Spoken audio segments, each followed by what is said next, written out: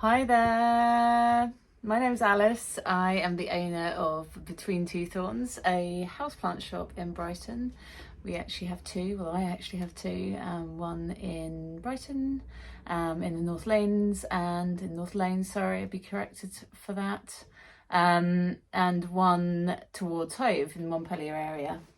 Thank you very much for watching in advance, and thank you for purchasing or being gifted our terrarium kit.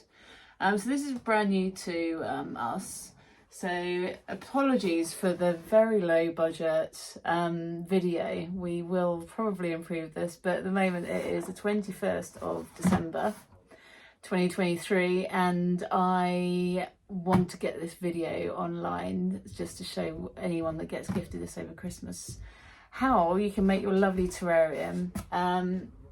So yeah, open up your box. You should also have the set of plants here. So I'll talk you through what these guys are later on, but that should come with your kit, or something very similar. We always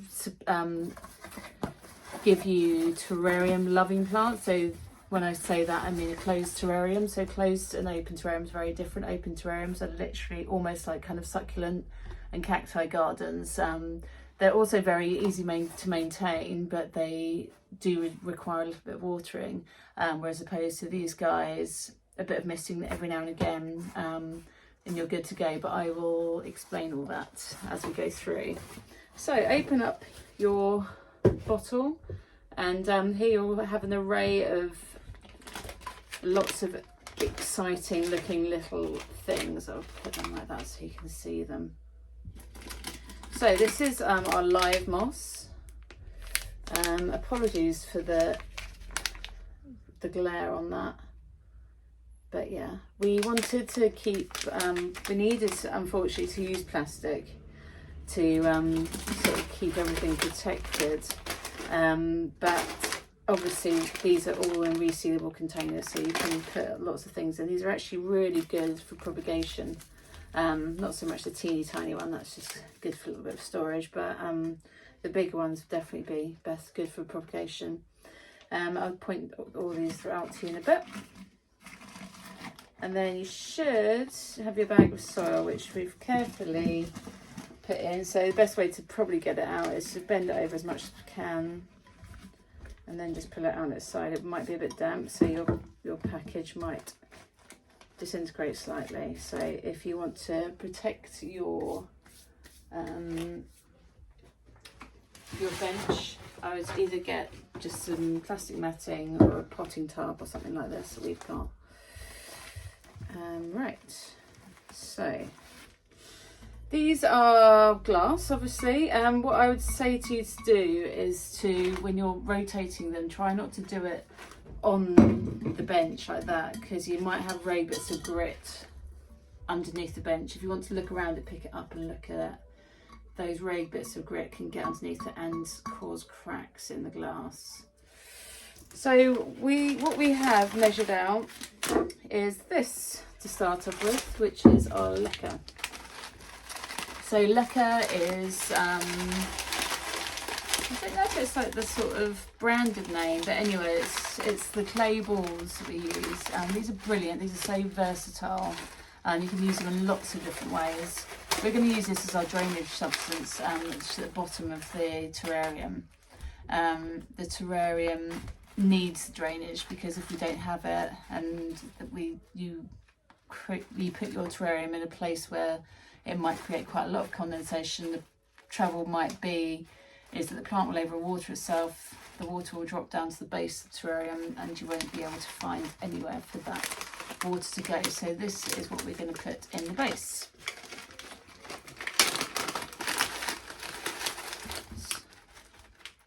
What we're going to do is try and create as little mess as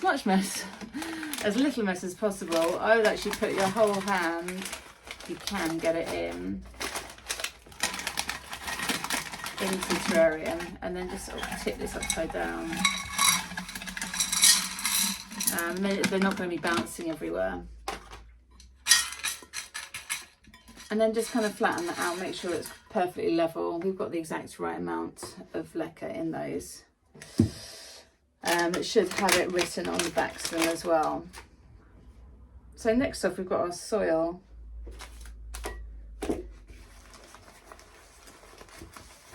Our soil has been mixed by us, pre-mixed with some substrate running through it. So yeah, we mix our soil ourselves. It's all peat free. So what I would suggest you do is just literally, if your bag is a bit like mine, just drop it down. And then I would put about half of it in. And then what I probably should have mentioned at the beginning is that you probably need a chopstick or a sort of ladle, or definitely some chopsticks, and anything with like a sort of fat bottom. We use just this for making all of our terrariums. We use like fat bottomed bamboo sticks, but you can literally just use anything from your kitchen, even if you've got like an old sort of teaspoon that you can bend, because you can get your hand into this. It's quite handy. So yeah, I would just mix that around. Just don't flick it everywhere, just mix it slightly. And then this is your vermiculite. So everyone should have a bag of this with you. It looks like that. Cinematic maybe wasn't the one to use. There we go. And then I'm just going to pour a bit of that in. It's really lightweight. You can just mix it around. We tend to use this. We sometimes use perlite as well, which is very useful, especially in like sort of cacti and succulent ones, because it soaks up any excess moisture. Whereas this adds more like a drainage solution, so the water will like pass through it almost and go down, but it's almost kind of like a filler.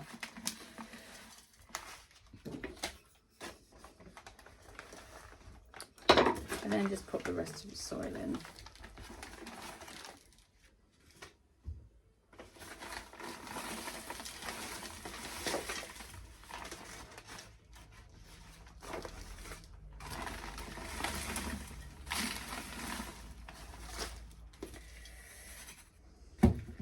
Now you can think about the way you want your soil to go.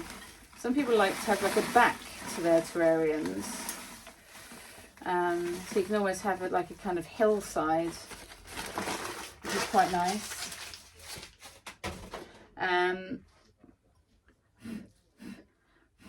I would just blow off any extra soil. And then I'm just going to put the rest of my vermiculite in. There's quite a lot in there, which is good. And then just mix it, blend it in. So what we're doing is just trying to get a really well-rounded soil. It's already got like bark and worm castings running through it because it's like an organic soil, which is like worm castings is a natural fertilizer. But then yeah, just see if we can get rid of this excess soil. We don't really want to have like a dirty mat to be working under. So just try and use all the soil up that we've included in the pack. You can even just get your dustpan and brush and move everything out the way as well.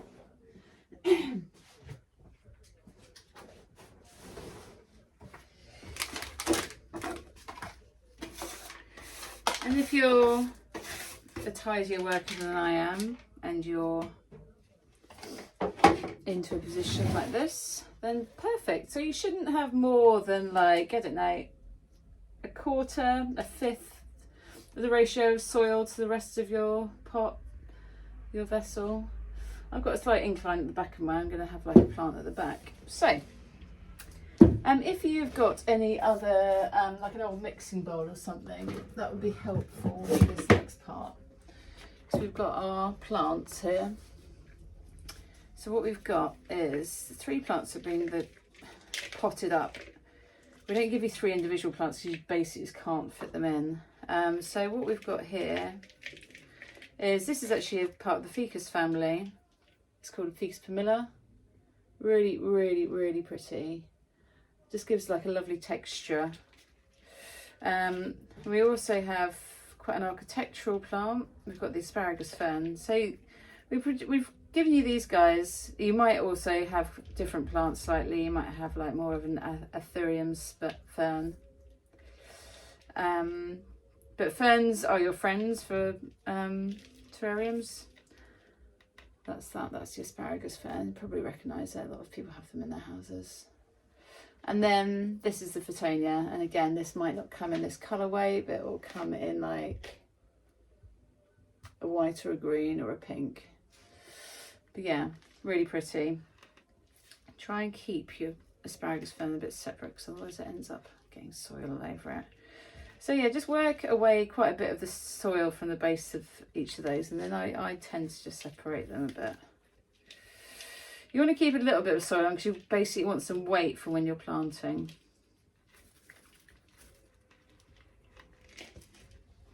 So I've got a few little bits there, which is more than enough. Now, what else we've got is this, which is activated charcoal. Just open that up. It's a really good portion that we've given you.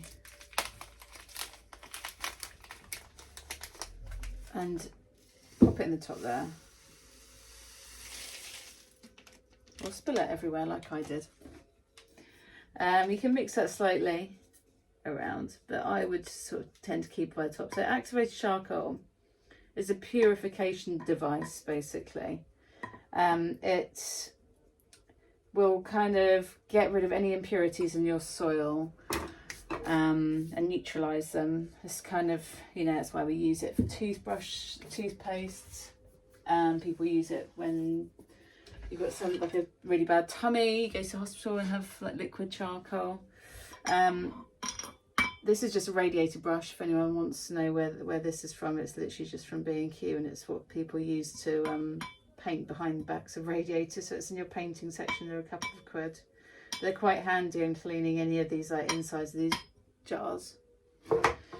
Now, so we're going to start with our shortest one, which is probably Ficus. They're all fairly similar size, to be fair, today. And what we're going to do is literally just get your stick, and if you don't have a stick, you can just use your finger and just create a little hole there. And I just sort of go down in like almost just a little bit wider. Make the hole a little bit wider than this, which is probably about 12 millimeters in diameter, the end of that. So I'd say like between 15 and 20 mils in diameter you want this hole to be. Now, if you've got giant tweezers, then great. If you don't, then you literally just roll your sleeves up and pop this guy in. Try and just tuck it into that hole there. Now, what you don't want is it really like sticking above the ground, the soil. So there we have it. That's our first one. Now, what I'm trying to do is create something really sort of jungly. But whilst I'm doing that, I'm going to try and keep the leaves away from the edge of the glass. Reason being for that is that if lots of condensation appears and it drops down the edges of the glass, it can make these leaves rot slightly, which isn't a problem because it would still be extra nutrients if that rotted leaf drops off, but it's just about like prettiness basically, so we try and keep that away. So that's my first one in. Now I'm a florist, I'm a trained florist, so I quite like working in threes. Odd numbers are sort of florists and artists' friends, basically because you're trying not to make things look too contrived and square. So I'm just putting that Fittonia in there.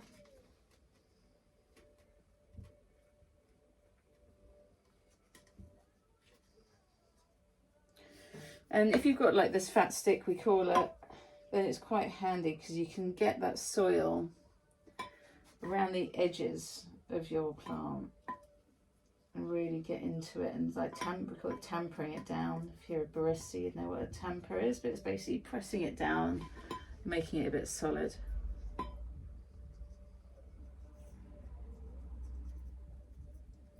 So I've got those 2 bits in. Now my last bit, I've got this sort of gap at the front, if you can see.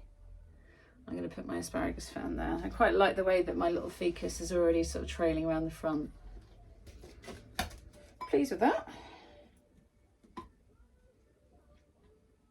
So I'm just going to make this hole again, try not to disturb my ficus. You can almost go down until you can hear the gravel crunching or the leca crunching on the base. And then just to show you, if you did have tweezers, you can just get your plant by the base of its stems or the tip of its roots and just pop it into where you want it to go. And just don't worry about where it is at the moment, it's leaning heavily, but we're just gonna get that there and try and stand it up.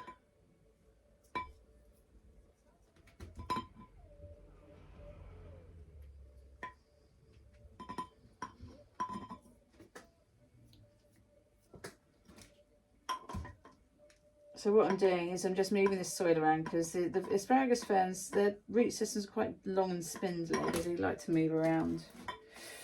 And also I'm just seeing that it's sort of like, this is why we only give you so little plants, because you see it's already sort of taking over and creating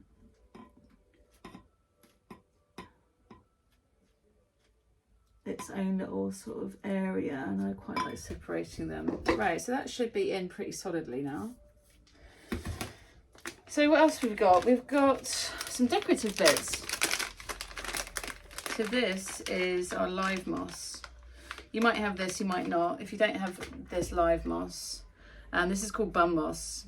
If you live in a house with a sort of short roof, or if you've got like a lean-to or anything, or just literally walking around, this is the sort of moss that just grows on your tiles.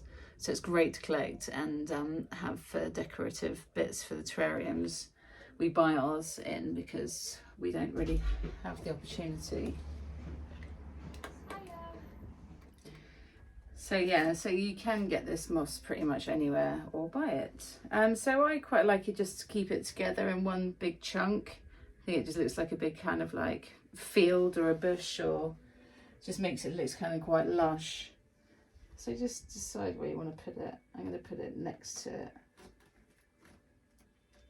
the glass so people can see it. You might want to press it down a little bit, or like break it up slightly when it's in situ. And now we've also got some like decorative stones. We try and include like sort of one kind of lovely stone, like sort of statement stone, and then some decorative gravel.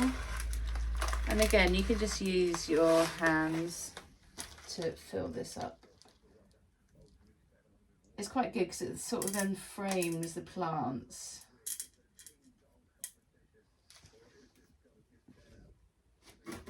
And then I'll put my stone, my decorative one, right in the middle, sticking up.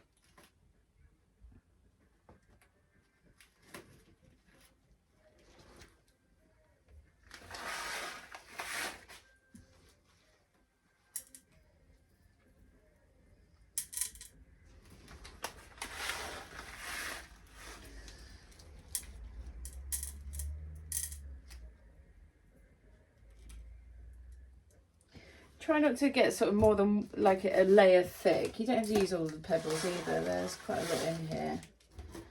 If you start making it a bit thicker, it looks like you've kind of just chucked it, and you just want to have one layer, really. And then just try and fill in any holes as well, just so it's constant. If you've got any other decorations at home, shells, anything like bark, it's always nice to have it on as decorative bits. Anything that's sort of like, people put Lego figures in, people put like miniatures from railway sets. Yeah, and just move it around. And then finally, we've got a few bits of decorative reindeer moss here. So reindeer moss is preserved moss basically. Hopefully you have like a mixture of colours like me, otherwise you might just have some more sedate ones, but in that little bag, you can obviously see there's quite a lot that pops out of it. So I'm just going to pop a few other bits around. It just gives it a bit of added texture. And a few more things for you to look at.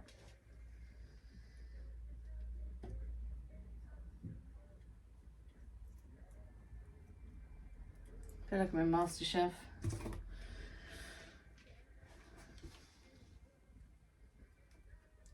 But yeah, well, what these kind of different bits of moss do is like add a bit of age to it. It sort of looks a bit sort of more, depends what look you're going for. I quite like terrariums looking a little bit chaotic and a little bit sort of weathered and mature.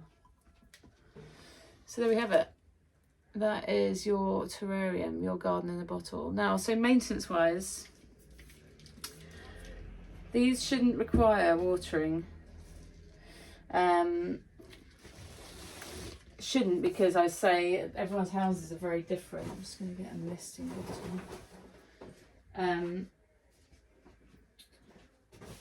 We give it a little drink after we've done it. Try not to get it on the glass again, just because it makes it all messy. Just about 3 or 4 sprays. And pop your cork on.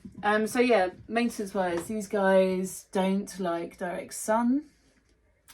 They don't like to be somewhere particularly where temperature fluctuates. They don't like being on window ledges or in particularly cold rooms, or obviously outdoors at all. And if you have it against, you know, like on a mantelpiece or something that's against the wall, then just make sure that you rotate it kind of every few days, just so that all of your plants are going to get equal amounts of light. And that's it. When it starts to kind of grow up to the top, what you can do is just come back to us and buy some more terrarium sized plants, or you can just trim them down. But I think it's nice to take the plants out, pot them on, you keep them, and then you can have miniature ones again. So there you have it. It's our garden in a bottle, and I hope you enjoyed it as much as I enjoyed filming it. Thanks very much. Bye.